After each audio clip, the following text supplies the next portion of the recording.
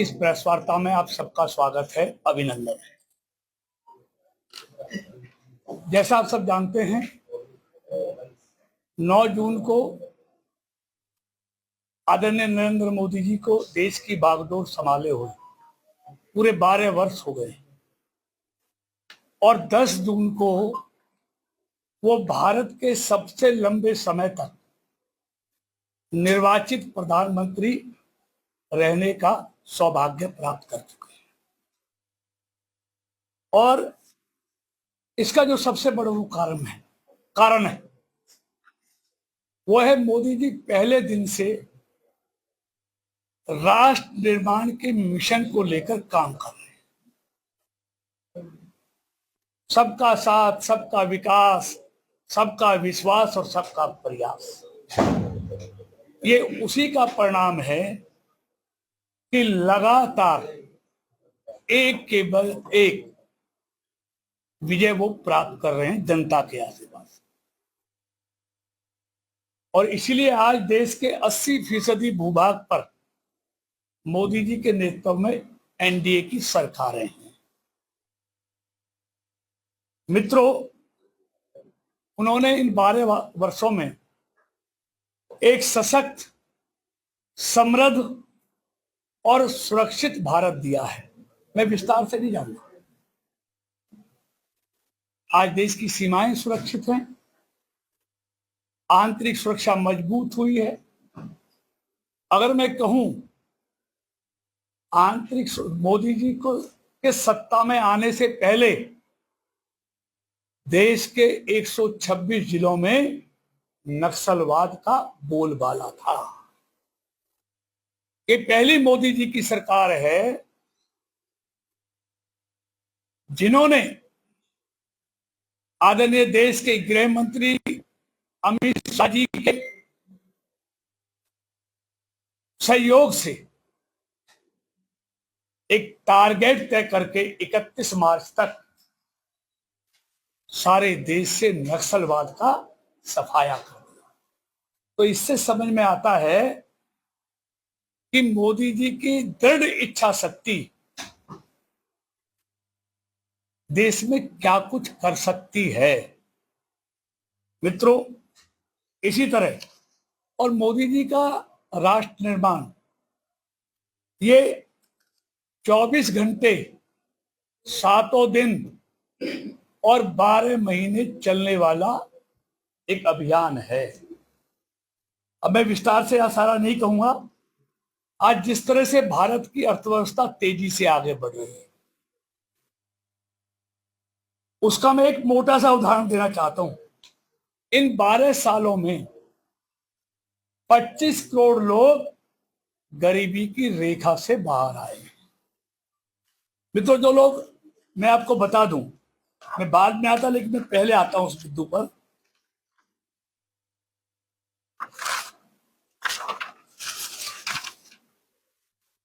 जो लोग भारत की इकोनॉमी को डेड इकोनॉमी कहते हैं, आपके माध्यम से मैं उनको बताना चाहता हूं कि भारत की इकोनॉमी क्या है। 2025-26 में भारत की जो जीडीपी है वो 7.7, जो पिछली तिमाही में बढ़कर 8.4 हो गई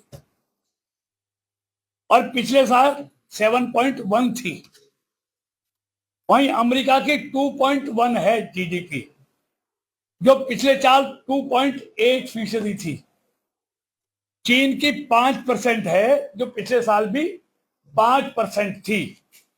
जर्मनी की 0.2% है, जो पिछले साल 0.5% थी। जापान की 2025 की 1.1% है, जो पिछले साल 0.1% थी। ब्रिटेन की 1.3% है, जो पिछले साल 1.1 थी।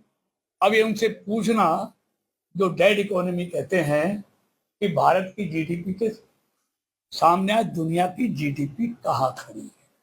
और ये मेरे कहने से नहीं है, ये आंकड़े आप कहीं से भी हासिल कर सकते हैं। नीति आयोग।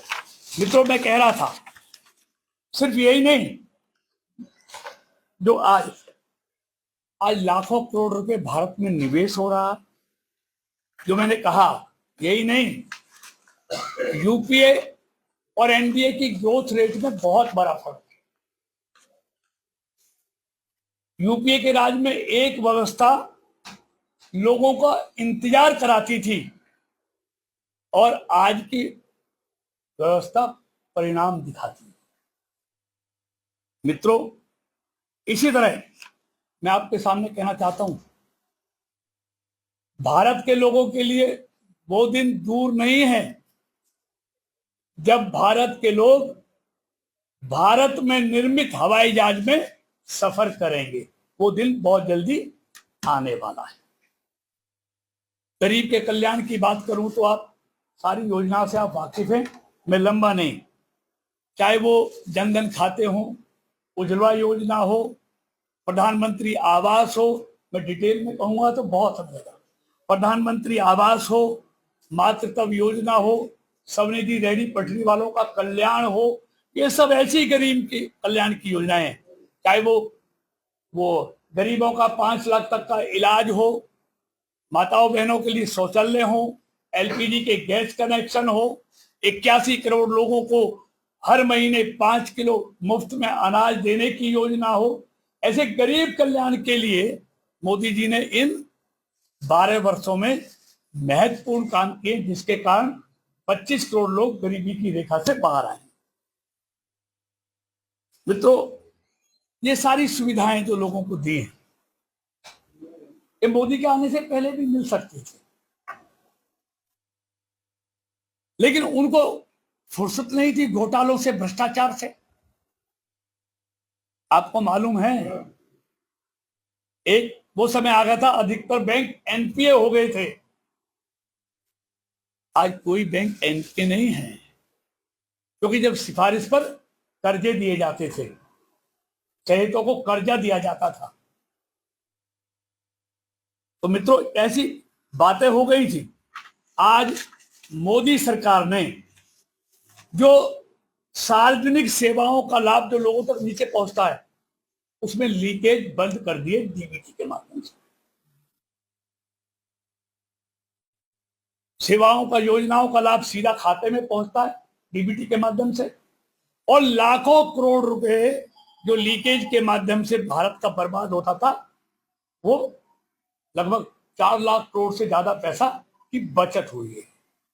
लीकेज रोकने का काम किया है। ऐसे ही अनुसूचित जाति, अनुसूचित जनजाति, पिछड़े वर्गों के कल्याण के लिए अनेक योजनाएं मोदी जी ने चलाई है, उनका उत्थान किया है।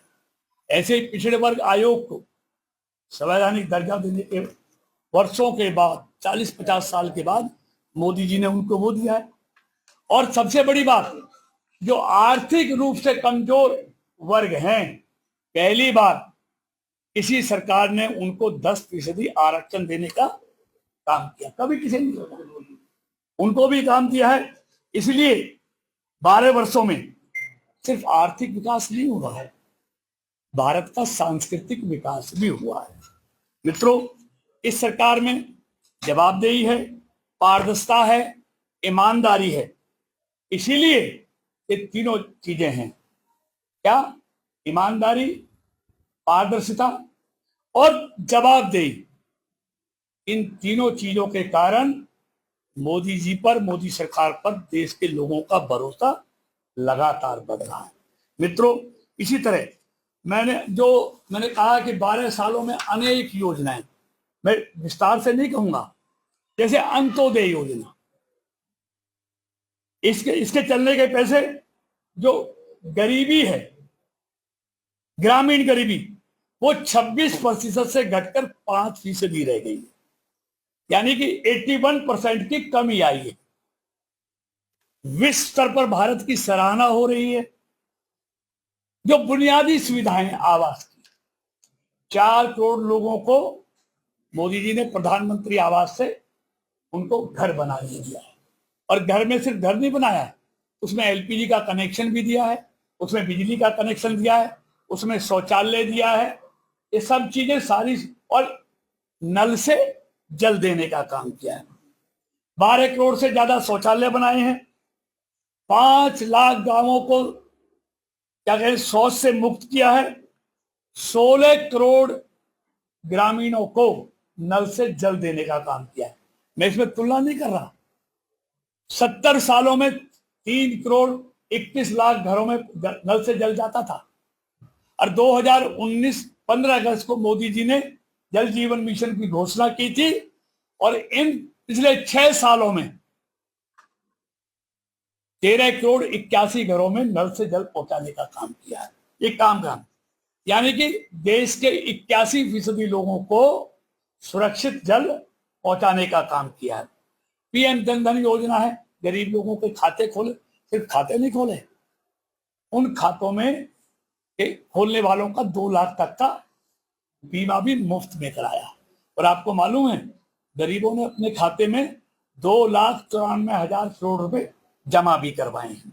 मैं इन सब चीजों पे ना था और इनमें ग्रामीणों की भागीदारी 67% है, महिलाओं की आबादी 56% है और इसमें टोटल देखें जो 58 करोड़ खाते खुले हैं इसमें 32 करोड़ महिलाओं के खाते खुले हैं। मित्रों, मुद्रा योजना में विस्तार से नहीं, 57 करोड़ से ज्यादा लोगों को मुद्रा योजना का लाभ दिया गया है। इसके तहत 40 लाख करोड़ से अधिक पैसा उनको स्वरोजगार के लिए दिया गया है। 50,000 से 20 लाख तक का लोन बगैर गारंटी के इन 57 करोड़ लोगों को दिया गया है। 81 करोड़ों का हो गया बीमा, प्रधानमंत्री जीवन ज्योति बीमा योजना जो 2 लाख की है। 31 करोड़ से अधिक जो असंगठित कामगार हैं ई श्रम पोर्टल से जुड़ गए हैं और जो गिग प्लेटफॉर्म से पहली बार उन सबको सामाजिक सुरक्षा दायरे में लाया गया है। उज्ज्वला योजना मैंने बताया 11 करोड़ परिवारों को आपने देखा है एलपीजी के कनेक्शन दिए गए हैं। मैं इसमें विस्तार से नहीं, पीएम विश्वकर्मा योजना 30 लाख परिवारों को पीएम विश्वकर्मा से जुड़े हैं जिनको 5% ब्याज पर उनको 3 लाख तक का अपना काम, इसमें लोहार है, बढ़ई है, धोबी है, नाई है, इन सब लोगों को लोन दिया जाता बगैर गारंटी के।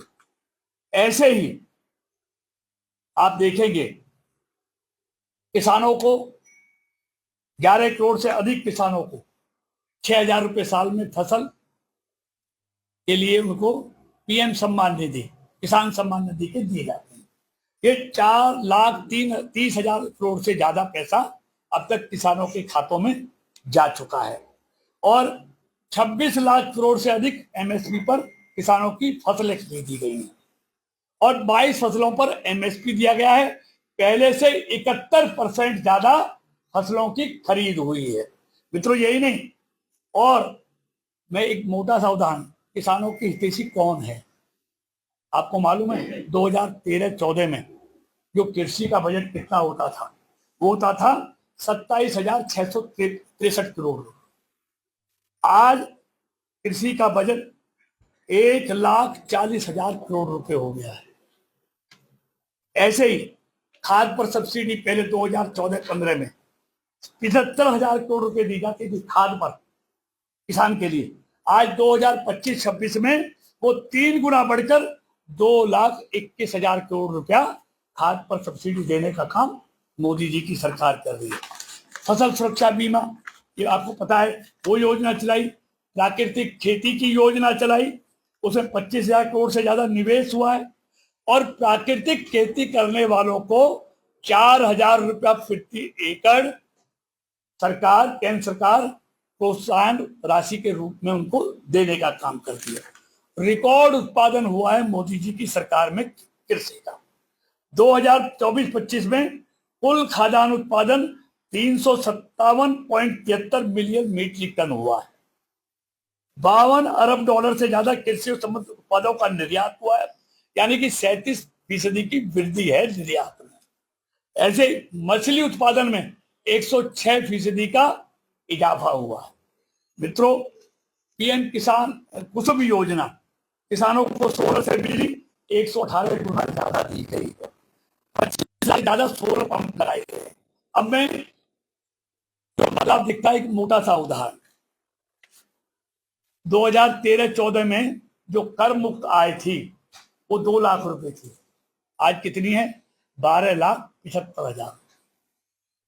यानी कि लोगों को, आम आदमी को 10,75,000 रुपए का उनको साल में फायदा पहुंचाने का काम मोदी सरकार ने किया है। प्रति व्यक्ति आय 2013-14 में 86,000 रुपए थी, आज वो 2 लाख रुपए प्रति व्यक्ति आय हो गई। जो 1 जीबी का जो डाटा खर्च था, आपको मालूम है, वो 269 रुपए था 1 जीबी का डाटा मोबाइल का, आज वो 8 से 10 रुपए हो गया है। यही नहीं, सामाजिक सुरक्षा कवरेज जो 19% था, आज वो 64% हो गया है। देश में जयंती नटराजन टैक्स खत्म हो गया है, आप सब जानते हैं क्या था। परिवहन में जो क्रांति हुई है, मालूम है आपको, आज 1155 किलोमीटर ये मेट्रो का नेटवर्क हो गया है, जो 2013-14 में 248 किलोमीटर। ऐसे नहीं, और 5 शहरों में था, आज 23 शहरों में हो गया है। मित्रों, 9 करोड़ से ज्यादा यात्री अब तक वंदे भारत ट्रेन में सफर कर चुके हैं। 164 वंदे भारत ट्रेन चालू हो चुकी हैं। उनकी गति देखो, उनकी सुविधाएं देखो। 1 करोड़ 6 लाख से ज्यादा लोगों ने उड़ान योजना से 3 लाख से ज्यादा फ्लाइटों में सफर किया है। आज 99.6% ब्रॉड गेज रेलवे नेटवर्क का विद्युतीकरण हुआ है। दुनिया में सबसे ज्यादा विद्युतीकरण आज भारत में हुआ है, जिसके कारण स्पीड भी बची है, कार्बन उत्सर्जन में कमी आई है, और वंदे भारत, नमो भारत, तेजस जैसी ट्रेन सेवाएं आज देश के लोगों को मुहैया कराई गई हैं। टिकट मिलने में आसानी हुई है। अब टिकट के लिए लाइनें नहीं लगती। मैं तो खुद देखा, आपने देखा होगा, टिकट के लिए लाइनें लगती थी। 98% गांवों में 4G कनेक्टिविटी हो गई है, 98% गांवों में। मित्रों, 103 करोड़ इंटरनेट जो कनेक्शन है वो हो गए हैं। 66 करोड़ से ज्यादा रुपयों का यूपीआई से लेन देन हुआ है। पहले, अब 2.2 लाख स्टार्टअप हैं, जिनमें 23 लाख से ज्यादा नौजवानों को रोजगार मिला है। दुनिया में सबसे सस्ता डेटा, मोबाइल डेटा भारत का है। वर्क फ्रॉम होम, ऑनलाइन रोजगार के अवसर बढ़े हैं। ऑनलाइन शिक्षा, बैंकिंग, सरकारी सेवाओं तक पहुंच आसान हुआ है। मनोरंजन में देश दुनिया से जुड़ना आसान हुआ है। आयुष्मान भारत मैंने बता दिया, 7 करोड़ से ज्यादा लोगों को आज 5 लाख तक का मुफ्त में इलाज मिल रहा है, और अब तक 11 करोड़ लोगों का आयुष्मान योजना से इलाज हुआ है, और 1,73,000 करोड़ रुपया मोदी सरकार ने उसके इलाज का खर्चा केंद्र सरकार ने दिया है, जिसमें 36,000 से ज्यादा अस्पताल एम्पेनल्ड हुए हैं।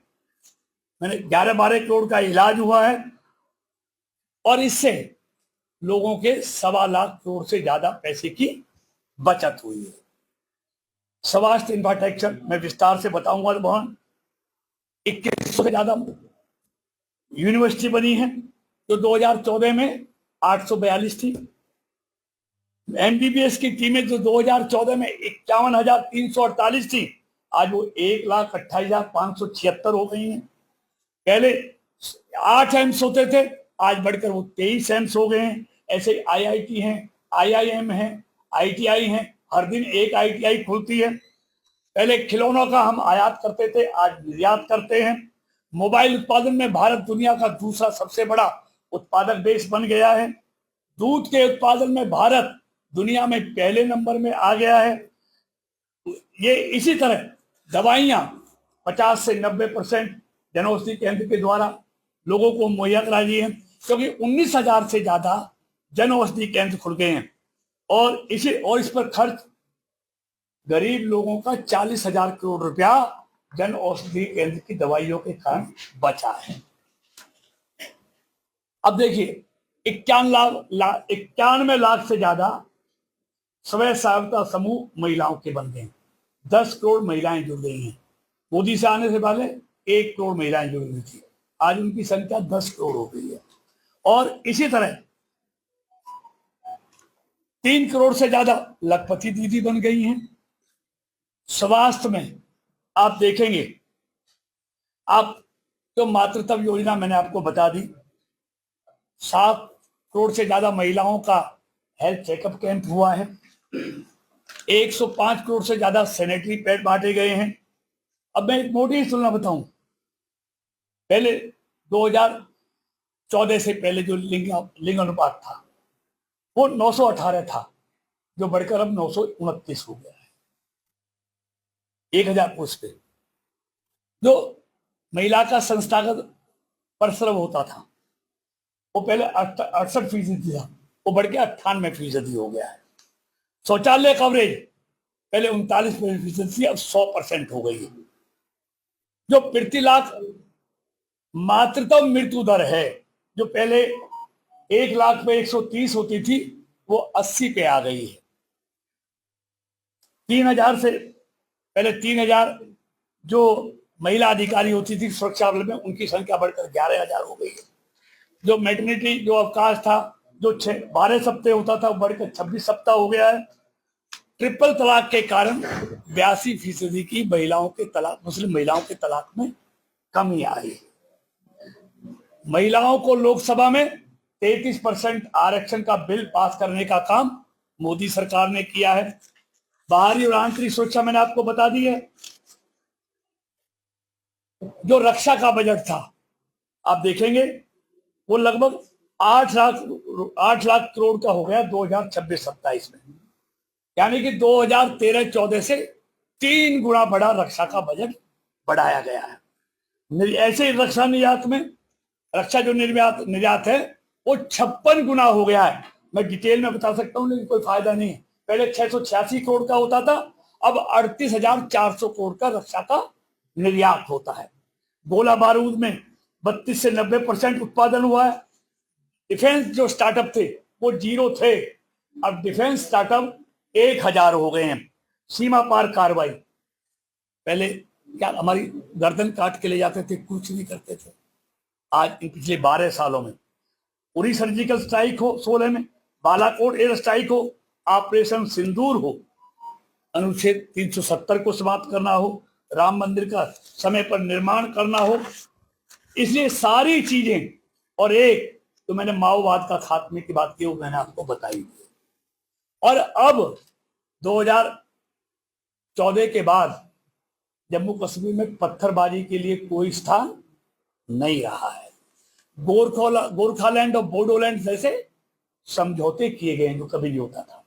ऐसे ही जो ऊर्जा है, नवीकरण ऊर्जा, जानते हो आप 2014 में 76 गीगावाट थी, जो आज बढ़कर 283 गीगावाट हो गई है इन 12 सालों में। सौर क्षमता, सोलर एनर्जी, जो 2.82 गीगावाट थी, वो आज बढ़कर 150.26 गीगावाट हो गई है। पवन ऊर्जा जो 21 गीगावाट थी, आज वो बढ़कर 56.09 गीगावाट हो गई है। इथेनॉल मिशन 20% कर दिया, और बढ़ाने जा रहे हैं, जिससे किसानों की आमदनी बढ़ेगी। इस तरह ही फास्टैग अब 40 सेकंड में गुजरते हैं, पहले 12 मिनट लगता था खड़े हुए। इसी तरह डीजल की खपत में जो इलेक्ट्रिफिकेशन हुआ है, जो 98% जिसका रेलवे का इलेक्ट्रिफिकेशन हुआ है, उसके कारण 64% डीजल की खपत कम हुई है। 64% डीजल की खपत हुई है। आज भारत की जीडीपी 345 लाख करोड़ से ज्यादा हो गई है, यानी कि विकास तेजी के साथ है। भारत अब जीडीपी में दुनिया की जीडीपी की वृद्धि में सबसे बड़ा योगदान देने वाला देश बन गया है। महंगाई में लगातार कमी हो रही है। 2011 में से 11, 12, 13, 14 में 9.8% महंगाई की दर थी, आज 2014-15 में से 2025-26 में वो 4.7 रह गई। आज कह रहा हूं मैं, बीच में तो 1 पे भी आई, 1.5 पे भी आई, मतलब महंगाई था। मतलब आज महंगाई में भी भारत पहले से अच्छा हुआ है। इंफ्रास्ट्रक्चर जिसके कारण रोजगार मिलता है, मालूम है 2014-15 में इंफ्रास्ट्रक्चर पर बजट होता था 2 लाख करोड़, 2 लाख करोड़।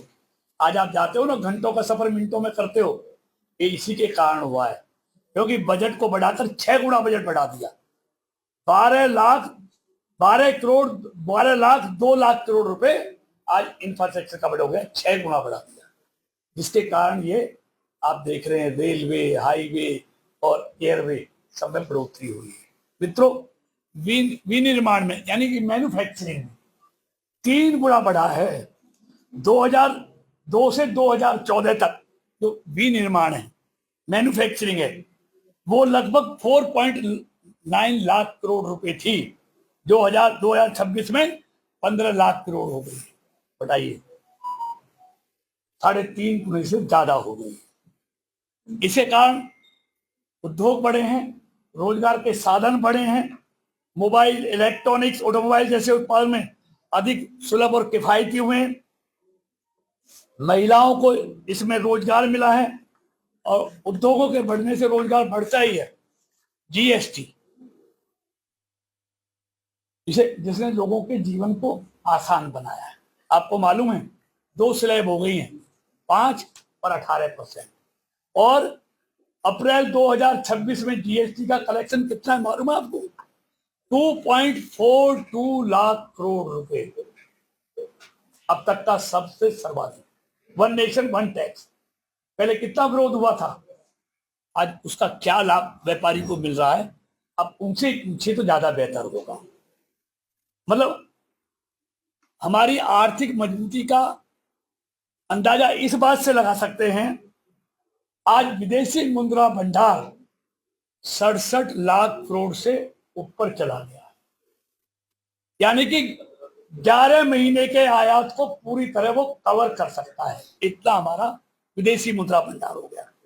यूपीआई के द्वारा लेन देन 2014 में 2 करोड़ का होता था यूपीआई के लेन देन, आज 24 करोड़ से ज्यादा होता है। शहरी कचरा प्रोसेसिंग क्षमता पहले 16% थी, आज 80% से ज्यादा है। जो पीएनजी कनेक्शन होते हैं, पाइप से कनेक्शन होते हैं घरेलू, वो 25 लाख लोगों के पास थे पीएनजी के कनेक्शन, आज वो 1.67 करोड़ लोगों के पास हो चुके हैं। अब इससे अंदाजा लगाइए। अब पूर्वोत्तर की मैं विस्तार से नहीं कहता, पूर्वोत्तर का कितना विकास हुआ है। प्रधानमंत्री के 83 से ज्यादा दौरे हुए पूर्वोत्तर के, पहली बार कोई प्रधानमंत्री है जिसने 83 से अधिक दौरे पूर्वोत्तर राज्यों के किए हैं। उनकी जो अर्थव्यवस्था वो 3 गुना बढ़ी है। रेलवे कमीशनिंग में एक उदाहरण देता हूं मोटा सा, 2009 से 14 तक 66 किलोमीटर प्रति वर्ष थी और आज 333 किलोमीटर प्रति वर्ष है। कहां 66, कहां 333। और इसी तरह कमीशन जो वृद्धि है उनकी हुई 167 किलोमीटर से ज्यादा प्रति वर्ष, 2.5 गुना। 2014 से 2024 में वो 66 थी, अब 167 है, 2.5 गुना वृद्धि। और इसलिए 333 उनकी हुई थी, हमारी 1840 किलोमीटर प्रति वर्ष ये हुआ है। 95,000 करोड़ रुपए का नॉर्थ ईस्ट में वहां पर रेलवे में खर्च हुआ, निवेश हुआ है। 100% अरुणाचल प्रदेश, मेघालय, नागालैंड, त्रिपुरा, मिजोरम का रेलवे का विद्युतीकरण हो गया है। भारत की पहली अंडर वाटर रोड कम सुरंग में 2026 में 18,662 करोड़ रुपए की लागत को मंजूरी दे दी है।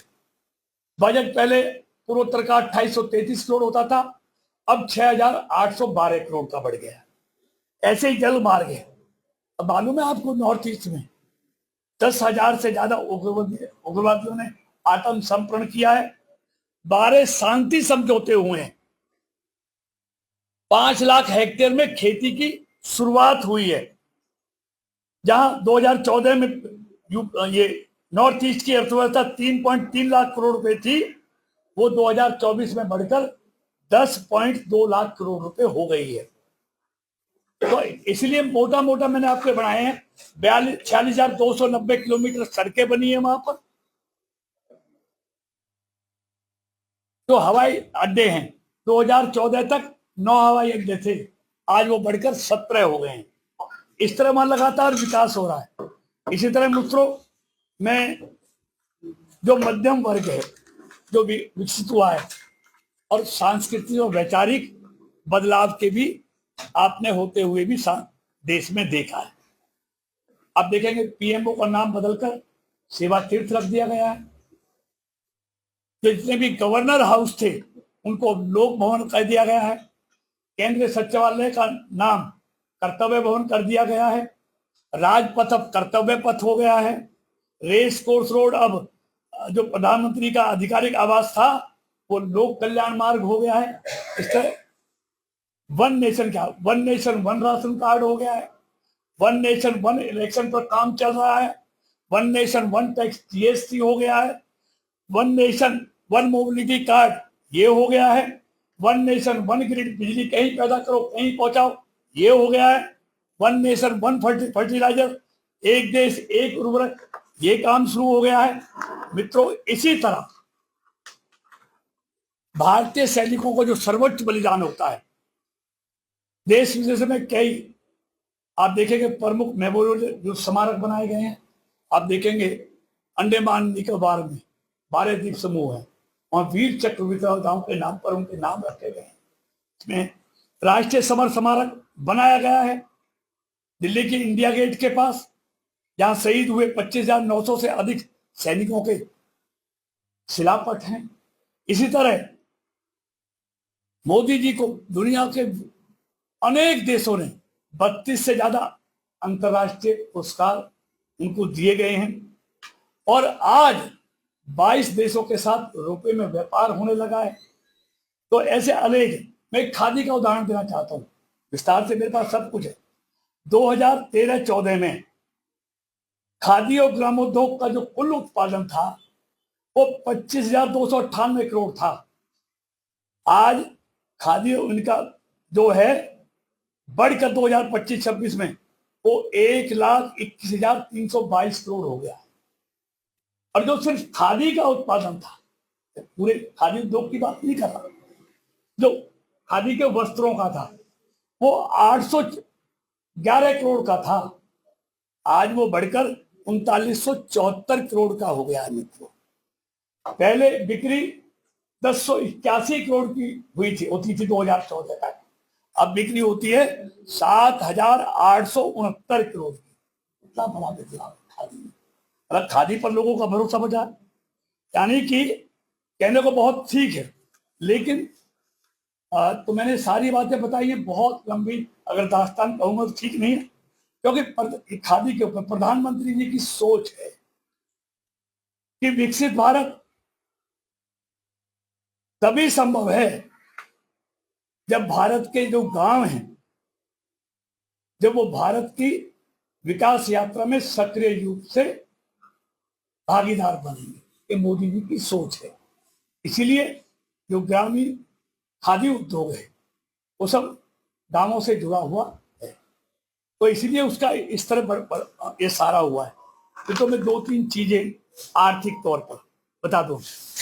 एक, भारत दुनिया की सबसे बड़ी तेजी से बढ़ती हुई अर्थव्यवस्था है।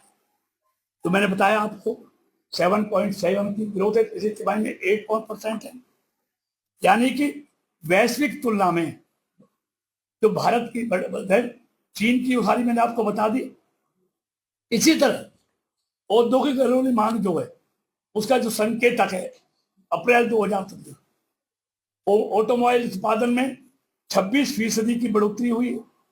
सीमेंट उत्पादन में 9.4% की बढ़ोतरी हुई है। स्टील उत्पादन में 5.8 की सालाना ईयर टू ईयर वृद्धि दर्ज की गई है। ऐसी हरित ऊर्जा में 11.7 की और ट्रैक्टर उत्पादन में 18.1 की बढ़ोतरी हुई है, जो ग्रामीण निवेश को दर्शाती है। मित्रों, ऐसे ही मैन्युफैक्चरिंग में 54.7, PMI में, सर्विसेज में 58.8, दोनों ही विस्तार के संकेत दे रहे हैं। जीएसटी में 8.7, डिजिटल भुगतान में 19.7 की ठोस वृद्धि हुई है। अब कंजम्पशन जो है 2026 में यात्री वाहनों का बिक्री में जो है कंजम्पशन में 16.7 की दोहरे अंकों की वृद्धि दर्ज की गई है। ग्रामीण क्षेत्रों में ट्रैक्टरों में 23.3% की बढ़ोतरी हुई है, यानी कि 13.6% का ग्रामीण बाजार में उछाल आया है। बैंकिंग और क्रेडिट सेक्टर की स्थिति, जो क्रेडिट ग्रोथ है यानी कि नॉन फूड बैंक क्रेडिट 15.8 यानी कि ईयर टू ईयर मजबूत वृद्धि हुई है। मित्रों, इसी तरह मैं मुद्रा एनपीए में भारी गिरावट आई है, तो मैंने कहा था पिछले साल 1.93 से घटकर नेट एनपीए आज के डेट में 0.39 रह गया। इन्फ्लेशन मैंने आपको बता ही दिया पहले, जो खुदरा मुद्रास्फीति है वो 3.5% रही है। आरबीआई के अनुसार 4% का लक्ष्य रहना चाहिए, उससे नीचे रहनी चाहिए, और यानी कि 2 से 6 तक जो टॉलरेंट बैंड है वो ये है, इसके भीतर रहनी चाहिए। देश के 36 में से 30 राज्यों और केंद्र शासित प्रदेशों में महंगाई दर 4% से नीचे है। जो बाहरी निवेश है मैंने आपको बता ही दिया, $682 बिलियन का हो गया, अब 688 का हो गया। एफडीआई मैंने आपको बता दिया, निर्यात में मैंने आपको बता दिया। सिर्फ बाजार मनरेगा में 35.5 की गिरावट आई है मजदूरी में, जो जानते हैं एक सकारात्मक संकेत है, जो ये दर्शाता है कि ग्रामीण श्रमिकों को अन्य क्षेत्रों में बेहतर भुगतान होने लगा है, इसलिए गिरावट आई है। और आप सब भी देखते होंगे। तो मेरा ये कहने का मतलब है, हमें एक स्लाइड आपको दिखा देता हूं, एक मैं दिखा दी। 2014 में 74 एयरपोर्ट थे, आज 164 हो गए हैं 12 सालों में। एमबीबीएस की सीटें 51,348 होती थी, आज 1,28,000 हो गई हैं। आईआईएम 13 होते थे, आज 21 हो गए हैं। एम्स 7 होते थे, आज 23 हो गए हैं। आईआईटी 11 होती थी, आज 23 हो गई हैं। राष्ट्रीय राजमार्ग 91,287 किलोमीटर होते थे, आज 1,86,572 किलोमीटर हो गए। मेट्रो नेटवर्क 248 किलोमीटर होता था, आज 1,095 किलोमीटर हो गया है। 5 शहरों से 23 शहरों में पहुंच गया है। स्टार्टअप 350 होते थे, आज 2,34,000 हो गए हैं। ये मोदी का कमाल है और सबसे लंबा कार्यकाल है। ये मैंने मोटी मोटी बातें आपको बताई हैं। फेसबुक पे लाइव चल रहा है, ज्यादातर लोग ये पूछ रहे हैं कि फरीदाबाद लोकसभा के लिए कुछ बात। मैं बताता हूँ फरीदाबाद के लोगों को। देखिए, अगर बुरे दिलों को याद करोगे तो अच्छे दिन अपने आप समझ में आ जाएंगे। 2014 से पहले फरीदाबाद क्यों पीछे गए? हमारी तो प्रदेश और देश में पहली बार सरकार बनी अपने बूथ। फरीदाबाद कहीं से कनेक्ट नहीं था, उद्योग उजड़ रहे थे, लोग फरीदाबाद से पलायन कर रहे थे। एक लेदे के मथुरा रोड होता था। आज ईमानदारी से फरीदाबाद के लोग अगर मोदी पर भरोसा लगातार इसलिए कर रहे हैं, लोकसभा से लेकर नगर निगम तक इन 12 सालों में फरीदाबाद की जो बेहतर कनेक्टिविटी हुई है। आज दिल्ली से मथुरा हाईवे को देखिए, पलवल को हमने रेड लाइट फ्री कर दिया है। घंटों का, जो कई घंटे का सफर था वो 2 घंटे का रह गया है। बाटा हो, नीलम हो, ओल्ड हो, सरायखोजा हो, बल्लमगढ़ हो, कितना जाम होता था, अंधेरे में डूबा रहता। आज मथुरा रोड की हालत देखो।